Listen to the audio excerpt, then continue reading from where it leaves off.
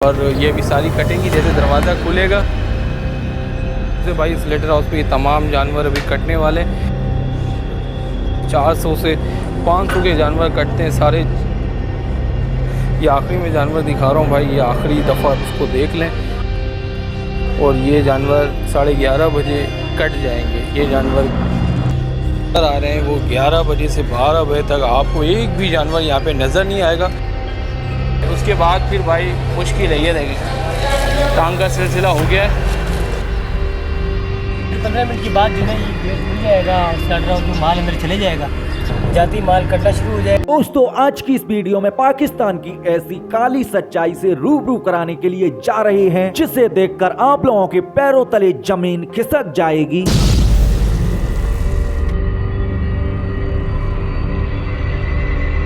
दोस्तों आखिर क्यों कर रहा है पाकिस्तान इतनी जीव हिंसा? दोस्तों आखिर क्या है इसके पीछे का कारण? दोस्तों जहां पर पाकिस्तान आतंकियों के लिए जाना जाता है, वहीं पाकिस्तान में मौजूद ऐसे ऐसे काम हो रहे हैं जिसे देखकर आप लोगों की भी रूह कांप जाएगी।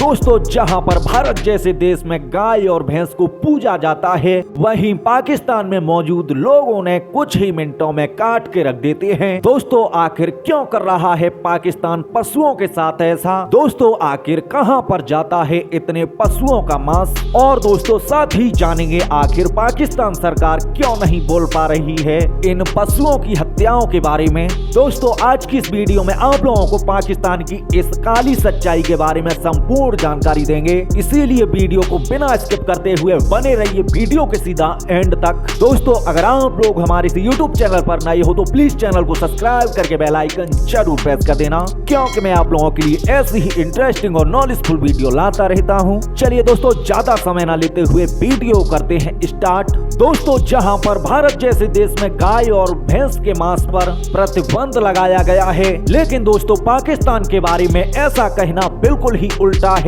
दोस्तों पाकिस्तान में बहुत सी जगहों पर ऐसे मार्केट बने हुए हैं जहां पर लोग दिन दहाड़े गाय और भैंस का मांस बेचते हैं।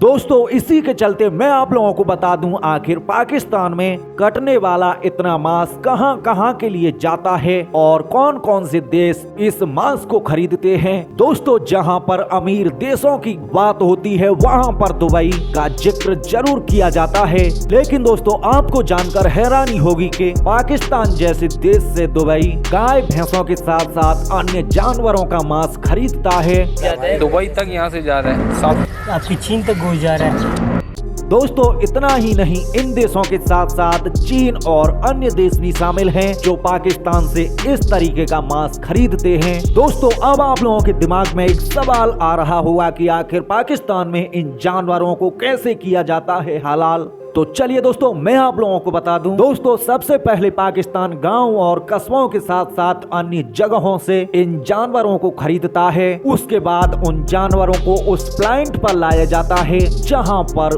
इन जानवरों को हलाल किया जाता है। दोस्तों इसके बाद जो प्रक्रिया होती है उसमें जानवरों को नहलाया जाता है। उसके बाद इन जानवरों को उस प्लांट के आगे बांध दिया जाता है। दोस्तों कहा जाता है कि प्लांट एक निश्चित समय पर खुलता है और इसके बाद एक निश्चित समय पर ही बंद होता है। दोस्तों इसके बाद इन जानवरों को इसके अंदर घुसा दिया जाता है और इसके बाद जानवरों को बड़े ही बेरहम तरीके से मार दिया जाता है। दोस्तों यह मंजर देखने में बहुत ही ज्यादा दर्दनाक होता है, जिसे अगर कोई इंसान देख ले तो उसकी रूह तक कांप जाती है। दोस्तों प्रत्येक दिन इस प्लांट में हजारों से ज्यादा जानवर मारे जाते हैं और उन जानवरों के मांस पर कंपनी की ब्रांड लगाकर उसे दूसरे देशों के लिए बेच दिया जाता है। दोस्तों यह मंजर यहाँ तक ही नहीं रुकता, बल्कि गाय और भैंस के साथ साथ अन्य जानवर भी मारे जाते हैं। कुत्ते, सुअर और अन्य तरीके के जानवर शामिल हैं। जिन जानवरों की भी मीट अन्य देशों के लिए बेच दी जाती है। दोस्तों अब आप लोगों के दिमाग में एक सवाल आ रहा होगा कि आखिर पाकिस्तान सरकार इस बारे में क्यों नहीं बोल पाती। तो चलिए दोस्तों मैं आप लोगों को बता दूं इसके पीछे क्या कारण है।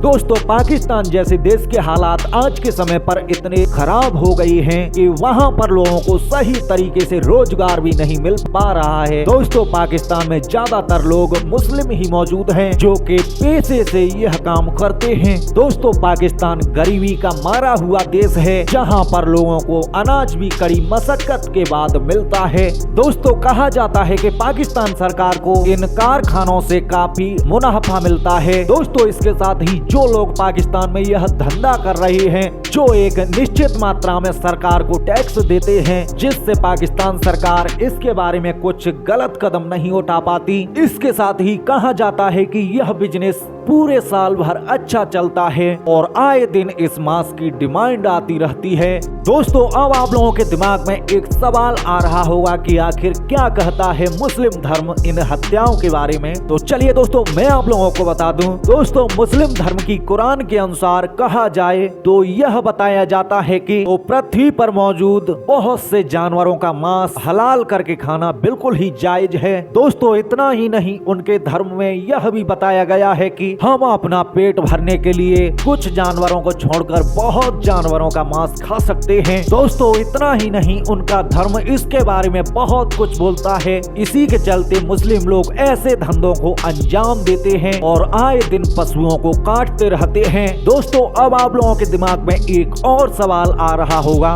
कि आखिर भारत जैसे देश में मुस्लिम लोग रहते हैं तो वे लोग क्यों नहीं कर लेते ऐसा धंधा। तो दोस्तों मैं आप लोगों को बता दूं भारत जैसे देश में ऐसे धंधे को गैर कानूनी माना जाता है और इसके बावजूद भी अगर ऐसा किसी ने किया भी तो उसे कड़ी मशक्कत के साथ जेल में डाल दिया जाएगा। दोस्तों भारत जैसे देश में ऐसे जानवरों को बड़े ही प्यार से पाला जाता है और भारत देश में रहने वाले हिंदू धर्म के लोगों का मानना है कि पृथ्वी पर बहुत से जानवर उनके देवताओं के रूप में मानते हैं। दोस्तों इसके बाद भारत जैसे देश में हिंदू लोगों की संख्या ज्यादा है और इसी के चलते लोग जानवरों को मारने के बजाय पालना बहुत पसंद करते हैं। चलिए दोस्तों मैं आशा करता हूँ आप लोगों को बताई गई यह जानकारी सही तरीके से समझ में आ गई होगी। लेकिन दोस्तों आप लोगों को ये वीडियो थोड़ी सी पसंद आई हो तो प्लीज चैनल को सब्सक्राइब करके बेल आइकन जरूर प्रेस कर देना, क्योंकि मैं आप लोगों के लिए ऐसी ही इंटरेस्टिंग और नॉलेजफुल वीडियो लाता रहता हूँ। चलिए दोस्तों अब दीजिए अपने भाई को जाने की इजाजत, फिर मिलेंगे अगली वीडियो में।